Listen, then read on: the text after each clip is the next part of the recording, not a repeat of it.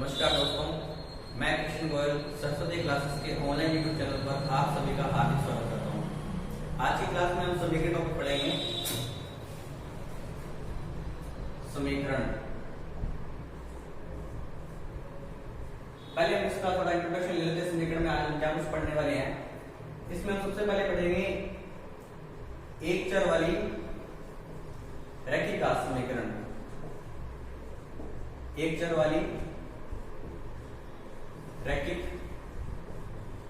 घात समीकरण। इसमें रैखिक का मतलब है कि इसमें चर की घात हमेशा क्या होती है, एक चर वाली रैखिक घात समीकरण। कहने का मतलब 3x + 4 = 7x - 10।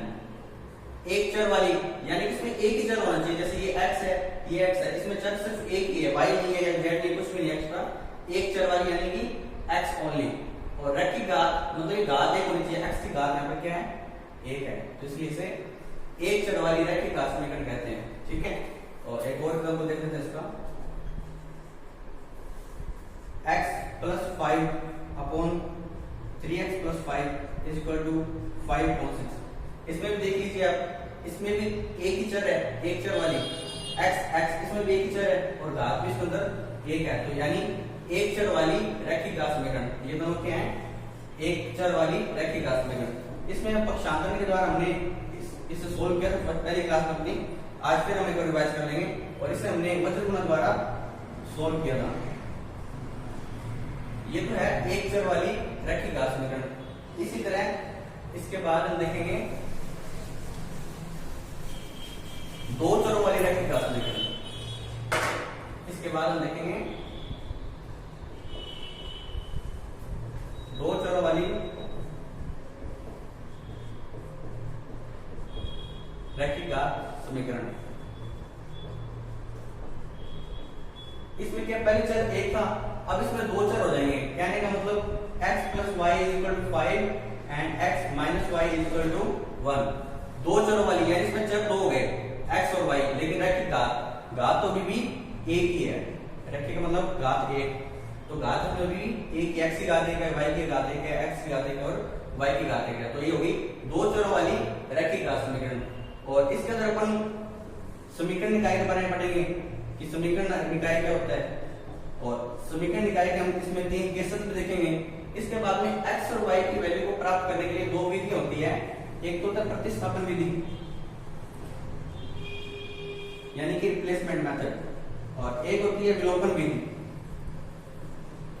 इन दोनों में किसी भी विधि को लगाकर आप x और y की वैल्यू फाइंड कर सकते हैं, लेकिन आप हमेशा विलोपन विधि का ही इस्तेमाल कीजिएगा। ये इससे इजी होती है, लेकिन फिर भी अपन दोनों कर लेंगे एक बार। तो दो चरों वाली रैखिक घात समीकरण में हम ये कुछ पढ़ेंगे कि समीकरण निकाय और इसके तीन केसेस, और इनको x और y की वैल्यू प्राप्त करने के लिए प्रतिस्थापन विधि और विलोपन विधि का यूज करेंगे। इसके बाद हम देखेंगे द्विघात समीकरण, क्वाड्रिकल इक्वेशन। इसके बाद अपन देखेंगे द्विघात समीकरण, यानी कि द्विघात समीकरण के एग्जांपल देख लेते हैं।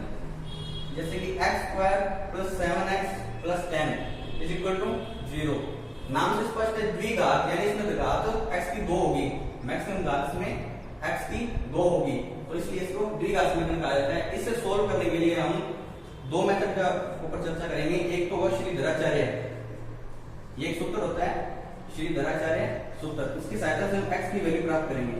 एक है गुणनखंड विधि। गुणनखंड विधि के द्वारा हम इसमें x की वैल्यू फाइंड करेंगे। द्विघात समीकरण यानी कि x की घात मैक्सिमम 2 होनी चाहिए, इसे द्विघात समीकरण कहा जाता है। और इसको x की वैल्यू प्राप्त करने के लिए हम श्रीधराचार्य सूत्र और गुणनखंड विधि का इस्तेमाल करेंगे। तो चलिए हम स्टार्ट करते हैं एक चर वाली रैखिक घात समीकरण से। वैसे हम ये पहली क्लास में कर चुके थे, फिर भी एक बार रिवाइज कर लेते हैं। एक चर वाली रैखिक घात समीकरण। इसमें हमने एग्जांपल लिया था 3x plus 4 is equal to 7x minus 10। इसमें हम x की वैल्यू फाइंड करने के लिए हम पक्षांतरण करेंगे। पक्षांतरण हम क्या करते हैं, जैसे ये बराबर है, अगर कोई भी टर्म यहाँ की लेफ्ट साइड की राइट साइड जाएगी, राइट साइड की लेफ्ट साइड जाएगी, तो उसका साइन चेंज हो जाएगा। अगर प्लस की है तो वो माइनस की हो जाएगी, अगर माइनस की है तो प्लस की हो जाएगी। इसमें हम क्या करते हैं कि चरों को एक तरफ करते हैं और अचरों को एक तरफ करते हैं। कि जो चर राशि है जैसे कि x वाली, इनको हम एक तरफ करते हैं और जो अचर राशि है उनको दूसरी तरफ करते हैं। देखते हैं आप, ये 3x है, ये इधर ही है, ये 7x है जो प्लस का बराबर होता है, ये इधर आएगा तो ये माइनस 7x हो जाएगा। फिर ये बराबर ये माइनस 10 पड़ा ही है, ये जो प्लस का 4 है ये बराबर की उस साइड जाएगा तो माइनस का 4 हो जाएगा। और प्लस माइनस करने का आपको मैंने 4 कैसे बताया थे कि प्लस माइनस है हमेशा माइनस करते हैं, तो 7 में 3 गया 4x, और लेकिन निशान वो आता है जो बड़ी संख्या के साथ होता है। 3 बड़ा है या 7 बड़ा है, 7 बड़ा है, तो उसका निशान माइनस का, तो यहाँ माइनस लगा देंगे बराबर। अगर दोनों सेम साइन हो तो हम इसका हमेशा जोड़ करते हैं, 2 7 4 14, और लेकिन निशान वो आता है जो बड़ा हो, जैसे बड़ी संख्या हो, 4 बड़ी है 10 बड़ी है, 10 बड़ी है, तो निशान कौन सा आएगा, माइनस का। ठीक है, इसके बाद हम सॉल्व कर लेते हैं वर्ग गुणा करके। x बराबर ये माइनस का 4 है, ये उधर जाकर ये वहां गुणा में है, वहां जाकर भाग में चला जाएगा, तो माइनस 14 बटे माइनस 4। अब इससे कैंसिल आउट करते हैं, माइनस से माइनस कैंसिल, और 2 से काट देते हैं, 7 दूनी 14 और 2 दूनी 4, तो x की वैल्यू हमें क्या प्राप्त हुई, 7 बटे 2। ये था पक्षांतरण, कि पक्षांतरण कैसे किया जाता है, नोट कर लीजिए। अब हम इसमें एक बार वज्र गुणा करना फिर से देख लेते हैं कि वज्र गुणा कैसे किया जाता है। वज्र गुणा करना, जैसे कि इक्वेशन है कि x plus 5 upon 3x plus 5 is equal to 5 upon 6, sorry 2x plus 5। तो अब इसमें हमें वज्र गुणा करना है, क्रॉस मल्टीप्लाई। वो कैसे करते हैं, ये जो बराबर है बीच में, इस 6 का गुणा जो यहाँ भाग में है उसका इसका गुणा होगा, और जो यहाँ भाग में है उसका इससे गुणा होगा। कहने का मतलब इस x प्लस 5 का इस 6 से गुणा होगा, बराबर इस 5 का गुणा इस 2x प्लस 5 से होगा। ठीक है, इसके बाद हम सोल्व करते हैं। इस 6 का गुणा पहले तो x के साथ करेंगे, तो 6 × x 6x, उसके बाद में प्लस का साइन आ जाएगा, उसके बाद 6 को 5 से करेंगे, 6 5 30, बाद में ये बराबर का चिन्ह है। उसके बाद 5 का गुणा पहले 2x से करेंगे, फिर प्लस, फिर 2 का गुणा, सॉरी 5 का गुणा फिर 5 से करेंगे। पहले 5 का गुणा 2x से करते हैं, 5 दूनी 10, और ये बचा हुआ x यहाँ पर आ गया, उसके बाद प्लस आ जाएगा, फिर 5 का गुणा 5 से करें तो 25। इसके बाद फिर से पक्षांतरण करेंगे हम, जैसे कि ये x इधर है, ये जो x 10x इधर है ना, इसको इस साइड लेके आएंगे, तो ये 6x तो यहाँ पड़ा ही है, ये प्लस का 10x इधर आकर माइनस का 10x, और बीच में बराबर ये प्लस का 25 इधर है ही, और ये प्लस का 30 है ना, ये बराबर का साइड जाकर माइनस का 30 हो जाएगा। फिर देखते हैं 6x में से 10x घटाना है, तो 10 में जब प्लस माइनस हो तो बड़ी संख्या में छोटी संख्या घटाते हैं। 10 में 4 गया, सॉरी 10 में 6 गया 4x, उसके बाद जो बड़ी संख्या है उसका साइन आ जाएगा, 10 का साइन माइनस का है तो इसलिए यहाँ माइनस लगा देंगे, फिर बराबर 25 माइनस 30, यानी कि बड़ी संख्या कौन सी है 30, 30 में 25 गया 5, और बड़ी संख्या वाला साइन माइनस का। उसके बाद फिर से वो वज्र गुणा कर देंगे, x बराबर ये जो माइनस 4 या गुणा में उधर जाकर भाग में हो जाएगा, -5 बटे -4, ये 5 माइनस से माइनस कैंसिल, तो x बराबर 5 बटे 4। नोट कर लीजिए इसे। इसके बाद में हम देखते हैं दो चरों वाले रैखिक समीकरण। दो चरों वाले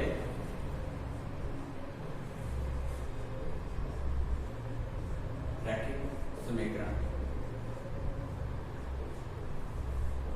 इसमें हम समीकरण निकाय के बारे में पढ़ते हैं। पहले समीकरण निकाय, समीकरण निकाय में पढ़ने का मतलब है कि इसमें x की x y की जो वैल्यू ज्ञात करते हैं वो एक मान आता है या अनंत मान आते हैं या कोई भी मान नहीं आता है। इसमें 3 केसेस बनेंगे समीकरण निकाय के अंदर। जैसे कि पहले तो हम दो चरों वाले रैखिक समीकरण देख लेते हैं कि a1x plus b1y plus c1 is equal to 0 और a2x plus b2y plus c2 is equal to 0। दो चरों वाले रैखिक समीकरण, दो चर यानी x y और रैखिक समीकरण यानी x की घात भी 1 है और y की घात भी 1 है। ठीक है, अब इसके समीकरण क्या देखते हैं। ये दोनों रेखाएं हैं, ये दोनों क्या है, सरल रेखाएं हैं।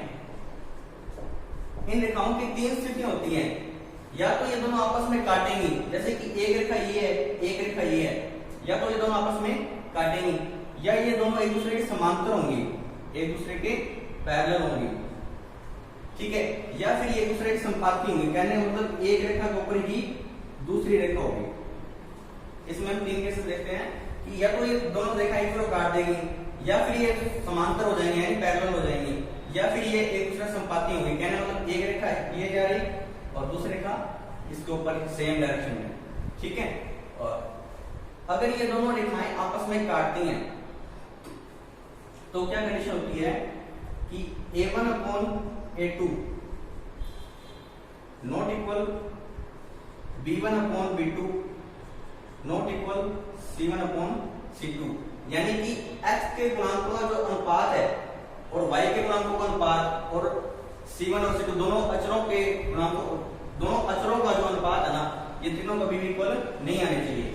तो ये दोनों आपस में प्रतिच्छेद करेंगे, एक दूसरे को काटेंगे। यदि ऐसा न होकर, यदि x के गुणांक और y के गुणांकों का जो अनुपात है वो अगर समान आ जाए, लेकिन अचरों का अनुपात समान न हो, तो ये दोनों रेखाएं एक दूसरे के समांतर होंगी। और यदि x के गुणांकों का अनुपात, y के गुणांकों का अनुपात और अचरों का जो अनुपात है, तीनों अगर समान आ जाए, तीनों का जो रेशियो है वो इक्वल आ जाए, तो ये रेखाएं समपाती होंगी। यदि ये रेखाएं प्रतिच्छेद करती हैं तो इसमें अद्वितीय हल प्राप्त होगा, यानी कि जो एक ही हल प्राप्त होगा, यानी यूनिक हल, जो यूनिक सॉल्यूशन प्राप्त होगा, दूसरा कोई हल प्राप्त नहीं होगा, एक ही हल प्राप्त होगा, यानी कि एक ही हल। यदि ये दोनों रेखाएं समांतर हैं तो कोई भी हल प्राप्त नहीं होगा, कोई हल विद्यमान नहीं होगा। देखिए, हल तब प्राप्त होते हैं जब इसे काट लिया यहाँ पर, तो ये हल प्राप्त हो गया इसके ऊपर, यहाँ पर सॉल्यूशन प्राप्त होता है, xy का मान ज्ञात होता है, तो एक जगह काट रहे तो इसलिए एक हल प्राप्त हो गया। ये दोनों रेखाएं समांतर हैं, एक दूसरे को कभी नहीं काटेंगे, कभी प्रतिच्छेद नहीं करेंगे, इसलिए कोई भी हल इसमें विद्यमान नहीं होगा। लेकिन ये देखिए, ये तो हर मान पर वैल्यू दे रहे हैं, यहाँ पर भी दे रहे हैं, यहाँ पर भी दे रहे हैं, हर जगह दे रहे हैं, इसलिए यहाँ पर अनंत हल होंगे। यहाँ पर इस कंडीशन क्या होगा, अनंत हल, कि बहुत सारे हल प्राप्त होंगे। यदि कोई जो समीकरण निकाय है अगर वो हल देता है तो वो निकाय संगत निकाय कहलाता है। जैसे ये एक हल दे रहा है तो ये संगत निकाय है। यदि ये भी हल दे रहा है तो भी संगत निकाय है। और ये जो कंडीशन है, ये कोई हल विद्यमान नहीं है, इसमें कोई हल नहीं दे रहा है, तो ये असंगत निकाय है।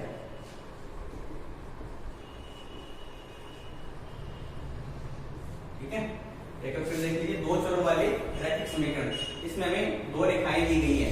ठीक है, जो दो चर इसमें और रैखिक घात यानी कि इसकी जो पावर है वो 1 है। ठीक है, इसके बाद में इसमें समीकरण निकाय में तीन केस बनते हैं, या तो दोनों रेखाएं एक दूसरे को प्रतिच्छेद करती हैं, या दोनों रेखाएं एक दूसरे के समांतर होती हैं, पैरेलल होती हैं, या दोनों रेखाएं एक दूसरे के संपाती होती हैं, यानी एक के ऊपर दूसरी रेखा होती है। ठीक है, यदि ये दोनों क्रॉस करेंगे, काटेंगे एक दूसरे को, तो एक वैल्यू प्राप्त होगी, एक हल प्राप्त होगा, यानी अद्वितीय यूनिक सॉल्यूशन। यदि ये दोनों रेखाएं पैरेलल या कहीं नहीं काटती हैं तो कोई भी हल विद्यमान नहीं होगा। और यदि ये एक दूसरे के संपाती हैं तो ये प्रत्येक बिंदु पर हल देंगे, यानी कि इस पे अनंत सॉल्यूशन निकलेंगे इसके। ठीक है, इनफाइनाइट सॉल्यूशन, तो इसके अनंत हल प्राप्त होंगे। यदि कोई समीकरण निकाय हल देता है तो संगत निकाय कहलाता है, और यदि वो हल नहीं देता है तो वो असंगत निकाय कहलाता है। और ये भी हल दे रहा है तो इसलिए भी संगत निकाय होगा। एक बार नोट कर लीजिए इसे। जैसे कि अभी हमने समीकरण निकाय देखा है, उसमें जो दो रेखाएं प्रतिच्छेद करती हैं, या समांतर होती हैं या संपाती होती है, उन तीनों के मैंने एक एक एग्जांपल्स लिखे हैं। हम इसको देखते हैं कि x के जो गुणांक है, x के जो कोफिशिएंट्स है, जो उनका जो रेशियो है 3/2 is equal to 2/5 is equal -5/-4। तो देखिए 3/2 2/5 के बराबर नहीं है, नॉट इक्वल, और 2/5 है जो ये माइनस माइनस से कैंसिल आउट कर दो, 5/4 और 2/5 इक्वल नहीं है। तो इसका मतलब है कि ये अद्वितीय हल मिलेगा। ये दोनों रेखाएं प्रतिशत करती है, दोनों अद्वितीय हल मिलेगा, यानी कोई एक हल मिलेगा सर। इसके लिए हम आगे प्रतिस्थापन विधि और विस्थापन विधि से, विलोपन विधि से हम इसके आंसर निकालेंगे एक्स और वाई के। अगला एग्जांपल देखते हैं जब रेखाएं समांतर होती हैं, कि जैसे कि 2/4 एक्स के जो कोएफिशिएंट्स हैं उनका ratio x/4 is equal to 3/6 is equal to 3/5। 2/4 यानी 2 × 2 2 दूनी 4, हाफ, 3 × 3 3 दूनी 6, हाफ हाफ इज इक्वल होगा ना, half is equal to half, and half does not equal to 3/5। इसलिए ये दोनों रेखाएं समांतर होंगी, यानी कि कोई हल में प्राप्त नहीं होगा, कोई हल विद्यमान नहीं, यानी हल विद्यमान नहीं। ऐसी कोई इक्वेशन अगर हमें मिल जाए, अगर हम उसका सॉल्यूशन फाइंड करना चाहे तो हमें हल प्राप्त नहीं होगा। और ये तीसरी कंडीशन देखते हैं जब रेखाएं समपाती होती हैं, यानी कि x का गुणांक यहाँ कुछ नहीं है, यानी कि 1/4 y का गुणांक इज इक्वल टू ये जो कांस्टेंट्स होते हैं 5/20, इसको काट दीजिए, 5 × 5 5 × 20, 1/4 is equal to 1/4 is equal to 1/4। तो अभी हमने कंडीशन देखी थी, यदि ऐसी कंडीशन होती है तीनों इक्वल हो जाते हैं तो ये समपाती होती हैं। यदि x और y के गुणांकों जो अनुपात है वो यदि समान हो केवल, और उनके जो अचर राशि है वो समान न हो, उनका अनुपात समान न हो, तो वो समांतर रेखाएं होती हैं और उसका हल विद्यमान नहीं होता। और यदि तीनों नॉट इक्वल हो तो ये दोनों रेखाएं प्रतिशत करेंगे और अद्वितीय हल में प्राप्त होगा। इसे नोट कर लीजिए। इसके बाद हम प्रतिस्थापन विधि और विलोपन विधि देखते हैं। अब हम दो चरों वाले रैखिक समीकरण को हल करना सीखते हैं कि हल कैसे करते हैं। इसलिए हमारे पास दो विधि होती है, एक होती है प्रतिस्थापन विधि यानी रिप्लेसमेंट मेथड, एक होती है विलोपन विधि यानी कि एलिमिनेशन मेथड। ठीक है, तो पहले हम प्रतिस्थापन विधि देखते हैं। ये विधि तब तक उपयुक्त है जब x की वैल्यू, जो x का जो गुणांक है, जो कोएफिशिएंट है, ये अगर एक है ना तो ये ठीक है प्रतिस्थापन विधि। नहीं तो प्रतिस्थापन विधि में थोड़ी सी प्रॉब्लम आती है, आंसर निकल जाता है लेकिन थोड़ा सा लेंथी हो जाता है, गलती होने के चांसेस रहते हैं। इसलिए विलोपन विधि सबसे बेस्ट है, लेकिन फिर भी हम एक बार प्रतिस्थापन विधि देख लेते हैं कैसे आंसर निकलता है इससे। जैसे x + y = 5 ये इक्वेशन है, इक्वेशन नंबर 1, और x - y = 1 ये इक्वेशन सेकंड। ठीक है, इक्वेशन फर्स्ट को पक्ष में, जो इक्वेशन फर्स्ट है इसमें पक्षांतरण करते हैं। पहले इसकी x को यहां रखते हैं सिर्फ ओनली, ये जो प्लस का y है ना इसको y के उस साइड ले जाते हैं, राइट साइड में, तो ये जो प्लस का y है वो माइनस का y हो जाएगा। तो x = 5 - y, x को इधर रहने दिया, जो प्लस का y है ये y को उधर साइड जाकर माइनस हो जाएगा, तो x = 5 - y। ये जो x की वैल्यू है ना इसको इक्वेशन सेकंड में पुट करते हैं, ये जो x है ना इसकी जगह इस वैल्यू को पुट करेंगे, यानी कि ये जो वैल्यू है इसको इक्वेशन सेकंड में पुट करेंगे हम, तो x की जगह 5 - y पुट करना है, 5 - y ब्रैकेट बाद में आएगा -y = 1। ठीक है, सॉल्व करते हैं इसे हम, तो 5 - y - y = 1, -y यानी -2y। जैसे कि दोनों सेम चिन्ह हो तो जोड़ करते हैं, एक और एक दो गया और निशान वो है, तो जो बड़ी संख्या के साथ हो दोनों एक के बराबर ही हैं तो निशान माइनस का ही आएगा। ये जो प्लस का 5 है ना ये तो जाकर माइनस का 5 हो जाएगा, 1 - 5, तो ये -2y = 1 - 5 तो -4, तो y = जो माइनस का 2 एक गुना में है तो उधर जाकर भाग में चला जाएगा, -4/-2, माइनस से माइनस कैंसिल आउट, 2 × 2 2 × 4 यानी y की वैल्यू आ गई 2।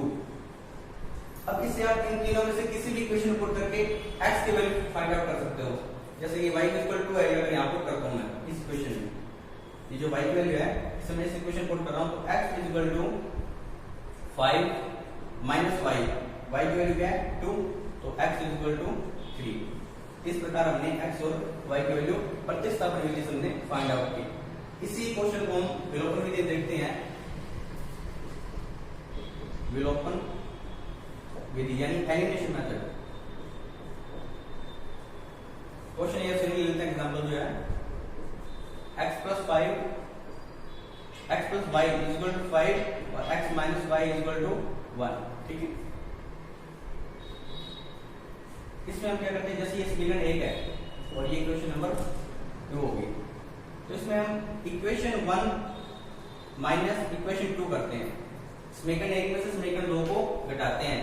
तो देखिए समीकरण 1 की पहले मैंने x plus y is equal to 5 और x minus y is equal to 1। तो 1 में से 2 को घटाना है, यानी कि यहाँ अगर प्लस है ना तो ये माइनस लिख देंगे, यहाँ अगर माइनस है तो ये प्लस लिख देंगे, यहाँ प्लस है तो यहाँ माइनस लिख देंगे। कहने मतलब कहते हैं 5 में से 5 घटाओ, तो यहाँ माइनस लगाते हैं, बस वही काम किया है कि इस इक्वेशन में से ये इक्वेशन घटाने तो यहाँ माइनस लगेगा। ठीक है, x से ये प्लस का x से माइनस x कैंसिल किया, x प्लस x गया 0, ये प्लस का y अभी प्लस का बन चुका है, प्लस का y प्लस का 2y इज इक्वल टू 5, अब ये माइनस का 1 है, 5 में से गया 4, तो y इज इक्वल टू ये प्लस का 2, ये जो यहाँ गुणा के अंदर है ना वो तो बराबर से टूट जाएगा तो भाग में चला जाएगा 4/2, तो ये 2 × 2 2 × 4 y इज इक्वल टू 2। ये देखिए सेम वैल्यू प्राप्त हुई हमें। उसके बाद इस y की वैल्यू को आप इन दोनों में से किसी भी इक्वेशन पुट कर दीजिए, y इक्वल टू, मैं समीकरण 1 को पुट कर रहा हूं, तो x इसको ना प्लस y की जगह में 2 पुट करना है इज इक्वल टू 5। ठीक है, तो x ये प्लस का 2 है, ये बराबर के उस साइड जाएगा तो माइनस का 2 हो जाएगा, तो x बराबर 5 में से 2 गया 3। ये देखिए हमें सेम वैल्यू फाइंड हुई है। तो इस प्रकार हमने प्रतिस्थापन विधि और विलोपन विधि दोनों की सहायता से हमने x और y की वैल्यू फाइंड आउट की। अब प्रतिस्थापन विधि में यहाँ x का गुणांक 1 है तब तो ठीक है, यदि यहाँ कोई 2 3 4 कुछ भी गुणांक होता है तो थोड़ी सी प्रॉब्लम आती है। हम अगले क्वेश्चन देखते हैं, आपसे नोट कर लीजिए। अब हम विलोपन विधि का यूज करके एक और क्वेश्चन एग्जांपल जो है, इस एग्जांपल को सोल्व करके x और y की वैल्यू फाइंड करते हैं। ठीक है, जैसे कि हमें एक समीकरण दी गई है, ये हमें दूसरी समीकरण दी गई है। 3x + 2y = 5 पहली समीकरण हो गई, 2x + 5y = 4 सेकंड इक्वेशन हो गई। ठीक है, इसमें हमें क्या करना होता है एलिमिनेशन मेथड के अंदर ये जो x के गुणांक होते हैं दोनों, ये से ये 3 है ये 2 है, इनको इक्वल करना होता है। ठीक है, किसी भी गुणा किस संख्या को गुणा करके भाग करें कुछ भी करके इन दोनों के गुणांकों को सेम करना होता है ताकि इसमें से ये गुणा ये घटाएं तो ये कैंसिल आउट होकर हमें y की वैल्यू प्राप्त हो जाए। इससे पहले हमने जो क्वेश्चन किया था उसमें बाय चांस दोनों x थे, दोनों गुणांक सेम था, हमें सेम करने की जरूरत नहीं पड़ी, तो इसमें x घटाया तो ये कट गए, लेकिन इसमें गुणांक सेम नहीं है। तो इसमें सबसे पहले हम गुणांक सेम करते हैं। उसके लिए जैसे ये 3 है और ये 2 है, इस पहली इक्वेशन को यदि 2 से गुणा कर दूं तो 3 × 6, और यदि दूसरी समीकरण को 3 से गुणा कर दूं तो 2 3 6, तो दोनों जो कोएफिशिएंट्स है वो इक्वल हो जाएंगे। अगर ऐसे ध्यान है तो ये देख लीजिए कि इसका जो ये x का जो कोएफिशिएंट है इसका गुणा इससे कर दो, और यहाँ पर जो x का जो कोएफिशिएंट है उसका गुणा इस इक्वेशन से कर दो। ठीक है, समीकरण को तो मैं कर रहा हूँ 2 से गुणा और दूसरे समीकरण को कर रहा हूँ मैं 3 से गुणा, ताकि ये जो कोएफिशिएंट्स है ये इक्वल हो जाए। जरूरी नहीं है कि x के कोएफिशिएंट आप इक्वल कीजिए, y के कोएफिशिएंट्स भी आप इक्वल कर सकते हैं, लेकिन x से ही करें तो इजी रहता है। देखिए पहली इक्वेशन है, इसको 2 से गुणा करो, 3 × 6x plus 2 × 4y is equal to 5 × 10। इसके बाद में 2 का गुणा 3 से 2 दिए 6x, उसके बाद प्लस 5 दिए 15y इज इक्वल टू 4 दिए 12। ये दो नई इक्वेशन हमें प्राप्त हुई है, इक्वेशन 3 एंड इक्वेशन 4। अब इक्वेशन 3 में से इक्वेशन 4 को लेस करेंगे, इक्वेशन 3 में से इक्वेशन 4 को घटाएंगे, तो 6x + 4y is equal to 10 and 6x + 15y is equal to 12। इसमें से हम इसको लेस करेंगे, घटाएंगे, माइनस ये प्लस का यहाँ माइनस हो जाएगा, ये प्लस इधर माइनस हो जाएगा, ये प्लस पे 6x माइनस पे 6x कैंसिल आउट हो गया। उसके बाद में 4 में से 15y गए, अगर चिन्ह विपरीत होते हैं तो बड़ी संख्या में छोटी संख्या घटाते हैं। 15 में से 4 गया 11, लेकिन निशान वो आता है जो बड़ी संख्या के साथ हो, 15 के साथ माइनस है तो माइनस निशान आ जाएगा, और y इज इक्वल टू 10 में से 12 गया तो 12 में 10 गया 2, लेकिन निशान वही जो बड़ी संख्या के साथ है, तो 12 के साथ माइनस है तो माइनस का 2, तो y इज इक्वल टू ये जो माइनस संख्या है गुणा में है उधर भाग में चला जाएगा, तो माइनस माइनस से कैंसिल आउट, तो y की वैल्यू आ गई 2/11। अब इस y की वैल्यू को आप किसी भी इक्वेशन पुट कर सकते हैं, आपको x की वैल्यू फाइंड हो जाएगी। मैं इसमें पहली इक्वेशन पुट कर रहा हूँ, जैसे 3x है तो एडिशन लिख दो 3x, इसके बाद में प्लस, ये प्लस आ गया, 2 गुणा में y है, y की वैल्यू क्या है 2/11 बराबर 5। ठीक है, सोल्व कर लेते हैं। ये 3x है प्लस 2 गुणा 2, 2 दूनी 4/11 और बराबर 5। ये 3x तो इधर है ही, ये जो प्लस का 4/11 है ये पक्षांतरण करके हम उस साइड जाएंगे, राइट साइड जाएंगे तो माइनस का 4/11 हो जाएगा, तो 5 माइनस 4/11 3x बराबर। अब इसमें हम एलसीएम लेंगे, 5 के बटे कुछ नहीं यानी 1 है, ठीक है। अब इसमें 11 और 1 का एलसीएम लेते हैं हम कि 11 और 1 में क्या एलसीएम लें, तो 11 1 में 11, तो यानी कि 11 एलसीएम आ जाएगा। तो 1 को किससे गुणा करेंगे, 11 से, 11 से, उस 11 गुणा इस 5 से कर दीजिए, 11 पंजे 55 माइनस 11 एकम 11, तो 1 का 4 से कर दीजिए, तो 4 एकम 4,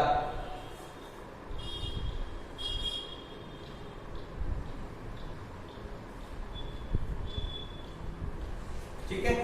उसके बाद में 3x इज इक्वल टू 55 में से आ गया 51/11, तो x बराबर ये 3 गुणा में है उधर भाग में चला जाएगा, तो यानी 51/11 गुणा 3, ये 3 ये गुणा में था, यहाँ ये भाग में चला गया, मतलब इस 11 गुणा में या 51 के भाग में चला गया, एक ही बात है। जो 3 यहाँ गुणा था ये यहाँ पर ऐसे भाग में चला जाता, तो यानी 51/11 इंटू 3, तो इसको कैंसिल कर दिया, 3 × 3 और 17 की है 51, तो x की वैल्यू क्या प्राप्त हुई में 7/11। इस प्रकार हमने x और y की वैल्यू फाइंड आउट की विलोपन विधि से। यदि हम प्रतिस्थापन विधि लगाते हैं तो ये 3 जो है ना, इस हमने इसको पक्षांतरण करते हैं, 2y तो चला गया, ठीक है, इसको 3 को फिर डिवाइड करना पड़ेगा, तो हमें प्रॉब्लम होती है, इसलिए प्रतिस्थापन विधि का इसमें अगर इस्तेमाल करते हैं तो थोड़ी टफ पड़ती है, आम तो उससे निकल जाएगा, लेकिन बहुत ज्यादा एलसीएम वगैरह करने पर तो उसमें मिस्टेक होने के चांसेस ज्यादा रहते हैं, इसलिए ये जो विलोपन विधि है ना, ये सबसे अच्छी विधि है, तो आप इसको यूज करके ऐसे मान प्राप्त कर सकते हैं। नोट कर लीजिए, ये x बराबर 17/11, नोट कर लीजिए। इसके बाद हम द्विघात समीकरण देखते हैं। द्विघात समीकरण, जैसे कि एक द्विघात समीकरण है ax² + bx + c = 0। x की 2 घात है, यानी कि इसमें x की हमें 2 वैल्यू प्राप्त होंगे, ठीक है। इससे इन 2 वैल्यू प्राप्त करने के लिए हम एक सूत्र का प्रयोग करते हैं जिसे कहते हैं श्रीधराचार्य सूत्र। श्रीधराचार्य सूत्र, ये सूत्र होता है -b प्लस माइनस रूट में b² - 4ac अपॉन में 2a। श्रीधराचार्य सूत्र होता है -b प्लस माइनस रूट में b² - 4ac अपॉन 2a। इसमें क्या होता है कि जैसे x² है, इस x² का जो गुणांक होता है ना वो a होता है, इसमें जो x का गुणांक होता है वो होता है b, और ये जो होता है कांस्टेंट होता है c, ठीक है। यहाँ पर माइनस तो है ही है, b का b रखेंगे यहाँ पर, यानी x का जो गुणांक होगा वो हम यहाँ पुट कर देंगे, प्लस माइनस रूट, ये जो x का गुणांक है ना उसको स्क्वायर कर देंगे, -4 इंटू जो x² का गुणांक है ना उसे हम यहाँ पुट करेंगे, और प्लस ये c जो है ये हम यहाँ पुट कर देंगे जो कांस्टेंट है, अपॉन में 2a यानी 2 इंटू x² का गुणांक। इसे हम एक एग्जांपल समझ लेते हैं, जैसे एग्जांपल है x² + 7x + 10 = 0। इसमें x की वैल्यू फाइंड करनी है कि x की क्या वैल्यू आती है 2, तो हम इस श्रीधराचार्य सूत्र का यूज करते हैं। इस इक्वेशन को आप इससे कंपैरिजन कीजिए, x² इसके गुणा में यहाँ a है, इसके गुणा यहाँ कुछ नहीं यानी कि 1 है, तो a की वैल्यू हमें क्या प्राप्त हुई 1। उसके बाद प्लस है, यहाँ भी प्लस है, x का गुणा यहाँ b है, यहाँ x का गुणा 7 है, यानी b की वैल्यू हमें क्या प्राप्त हुई 7। उसके बाद प्लस c, यहाँ प्लस 10 है, यानी c की वैल्यू हमें प्राप्त हुई 10। अब ये a की c की वैल्यूज हैं, इसे हम श्रीधराचार्य सूत्र के अंदर रखेंगे, देखते हैं कैसे। माइनस है b की वैल्यू है 7, तो -7, उसके बाद प्लस माइनस रूट में b² यानी b यानी 7 की स्क्वायर, 7 की स्क्वायर माइनस 4 इंटू ए का मान 1 है, 1 इंटू सी का मान 10 है, ठीक है। अब कौन में 2 इंटू ए की वैल्यू है 1, ठीक है, इसे हम यहां देखते हैं। -7 प्लस माइनस रूट में 7 की स्क्वायर यानी 7 का 2 बार गुना, 7 का 2 बार गुना, 7 तो 49, तो ये 49। उसके बाद में माइनस 4 एकम 4 और 4 गया 40 बटे में 2 एकम 2। इसके बाद देखते हैं ये -7, ये प्लस माइनस रूट में 49 में से 40 गया यानी कि 9 और बटे में 2, तो -7 प्लस माइनस रूट 9 का मतलब 3 की स्क्वायर, 3 की स्क्वायर के ऊपर रूट, या कह सकते हैं रूट 9 की वैल्यू होती है 3, रूट 9 की वैल्यू होती है 3, रूट 9 इक्वल टू 3, तो रूट 9 की जगह हमने रूट 9 होता है इक्वल टू 3, ठीक है। रूट 9 की जगह हम अगर ये दोनों बड़ा करते हैं तो यानी 9 इक्वल टू 3 की स्क्वायर, तो इस 9 की जगह मैंने 3 की स्क्वायर रख दिया, तो ये रूट से क्यूब ये स्क्वायर होती है, ये कैंसिल आउट हो जाती है, तो यानी क्या आ गया 3 -7 प्लस माइनस 3, या आप डायरेक्ट लिख सकते हैं, बस रूट 9 की वैल्यू 3 होती है, यहां से डायरेक्ट देख लीजिए, ये बटे में 2 -7 प्लस माइनस 3 बटे में 2। अब इसे सोल्व करने के एक बार हम प्लस का यूज कर लेंगे, एक बार हम माइनस का यूज कर लेंगे, यानी -7 प्लस 3 बाई 2, एक बार माइनस यूज कर लेंगे, -7 माइनस 3 बाई 2, तो -7 प्लस 3, आपको बताया था कि बड़ी संख्या में छोटी संख्या घटाएंगे तो 4, और जो बड़ी संख्या निशान है वो माइनस का है तो माइनस का 4 बटे 2, और इससे बाद में 2 से कैंसिल हो जाए तो 2 दूनी 4, तो माइनस का 2 आ गया। इस सोल्व करते हैं, दोनों निशान सेम है तो जुड़ेंगे, 7 और 3 10, निशान को जो बड़े के साथ में 7 बढ़ा तो माइनस का निशान आ गया बटे में 2, तो 10 2 2 2 5 10, तो यानी -5, तो x की हमें दो वैल्यू फाइंड आउट हो गई, एक तो -2 और एक है -5, x इक्वल टू -2 -5। एक बार फिर देख लेते हैं द्विघात समीकरण, ये द्विघात समीकरण होती है और इसी के द्विघात सूत्र होता है, ठीक है। ये हमें कोई इक्वेशन दी होती है, इस इक्वेशन की इससे कंपैरिजन करके ABC की वैल्यू देख लीजिए, उस ABC की वैल्यू इसमें पुट कर देंगे, उसके बाद हम सॉल्व आउट करके ऐसे a दोनों x का वैल्यूज प्राप्त कर लेंगे, -2 और -5 नोट कर लीजिए। अब इस द्विघात समीकरण को एक और मेथड है गुणनखंड विधि, उससे देखते हैं हम गुणनखंड विधि, ठीक है। एग्जांपल सेम लेते हैं, x² plus 7x plus 10 is equal to 0, ठीक है। इसमें हम क्या करते हैं कि x² को रहने दीजिए, इस 7 के 2 टुकड़े करते हैं, वो टुकड़े कुछ इस प्रकार करते हैं कि जोड़ने या घटाने पर तो 7 ही आए, यानी प्लस या माइनस की संक्रिया लगाने पर तो 7 ही आ जाए, लेकिन गुणा करने पर ये 10 प्राप्त होंगे, ठीक है। प्लस या माइनस करने पर तो 7 ही आए, लेकिन गुणा करने पर हमें 10 प्राप्त हो। इसके टुकड़े करके देखिए, 7 को 1 और 6 लिखते हैं, तो 1 और 6 7 तो होते हैं, लेकिन 1 का गुणा 6 से करो 6 आता है, 10 नहीं आता। उसके बाद में 2 और 5 करो कि 2 प्लस 5 7 होते हैं और 2 5 10 होता है, तो बस 2 और 5 के गुणनखंड हो जाएंगे, कि 2x प्लस 5x, इस 7x को हम 2x प्लस 5x लिख सकते हैं। क्यों लिख सकते हैं कि जोड़ने पर 7x आ रहा है और 2 और 5 को गुणा करने पर 10 आ रहा है, तो बस यही चाहिए हमें। इसके बाद में इस x² प्लस 2x में से कुछ कॉमन लेते हैं, क्या कॉमन आ रहा है, देखिए x कॉमन आ रहा है, तो इधर भी x है और इधर भी x है, तो ये x कॉमन लेते हैं। यहाँ x² है, एक x कॉमन ले लिया तो यहाँ बचा 1x, ठीक है। उसके बाद यहाँ प्लस, यहाँ जो x है वो कॉमन ले लिया तो क्या बचा 2, ये 2 हमने यहाँ लिख दिया। उसके बाद में प्लस, इन दोनों में से क्या कॉमन आ रहा है, 5x प्लस 10 में से 5 गुणे 10, यहाँ भी 5 है, यहाँ भी 5 है, तो हमने 5 कॉमन ले लिया।